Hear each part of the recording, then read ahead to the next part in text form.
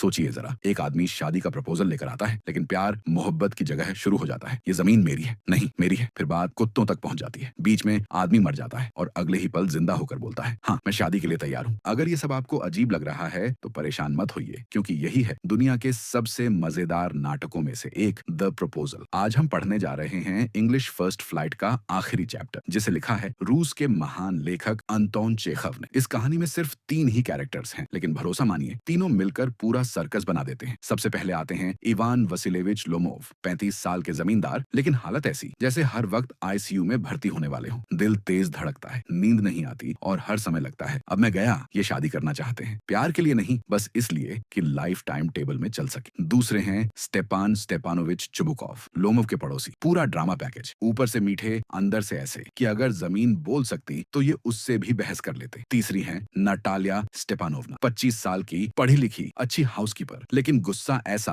कि वाईफाई से भी तेज फैलता है। शादी को लेकर इतनी डेस्परेट कि प्रपोजल मिस होते ही सीधा बेहोशी का ड्रामा। अब कहानी शुरू होती है जब लोमोव फुल फॉर्मल कपड़े पहनकर चुबुकोव के घर पहुंचता है। चुबुकोव उसे देखते ही सोचता है पक्का पैसे मांगने आया है। मन ही मन तय कर लेता है कि 1 रूबल भी नहीं दूंगा। लेकिन जब लोमोव बोलता है कि वो शादी का प्रपोजल लेकर आया है तो चुबुकोव का मूड सीधा 0 से 100 हो जाता है। अब वो गले लगाता है, रोता है, ऐसा रिएक्शन देता है जैसे कोई करोड़ों की डील साइन हो गई हो। नतालिया आती है और शुरुआत में सब ठीक लगता है, लेकिन जैसे ही लोमोव बोलता है मेरे ऑक्सन मेडोज, बस यहीं से बवाल शुरू। नतालिया बोलती है एक्सक्यूज मी, ऑक्सन मेडोज हमारे हैं। अब शादी का प्रपोजल सीधा जमीन के झगड़े में बदल जाता है। चुबुकोव भी आकर बेटी की साइड ले लेता है। तीनों ऐसे चिल्लाते हैं जैसे न्यूज चैनल की डिबेट चल रही हो। इस टेंशन में लोमोव का दिल और दिमाग दोनों जवाब दे देते हैं। वो कांपते हुए घर छोड़कर चला जाता है। तभी चुबुकोव गलती से बोल देता है कि लोमोव शादी का प्रपोजल लेकर आया था। ये सुनते ही नतालिया को झटका लगता है। अब जमीन बेकार, शादी जरूरी। वो रोने लगती है, गिर जाती है, बोलती है मुझे बचा लो, उसे वापस लाओ। लोमोव वापस आता है। अब सब मीठा मीठा बोलते हैं, लेकिन ज्यादा देर नहीं, बात पहुंचती है कुत्तों पर। लोमोव कहता है उसका कुत्ता गेस सबसे बेस्ट है। नतालिया बोलती है नहीं, मेरा स्क्वीजर बेहतर है। अब फिर वही चिल्लाना, फिर वही बहस, और इस बार लोमोव सीधा बेहोश होकर गिर जाता है। सबको लगता है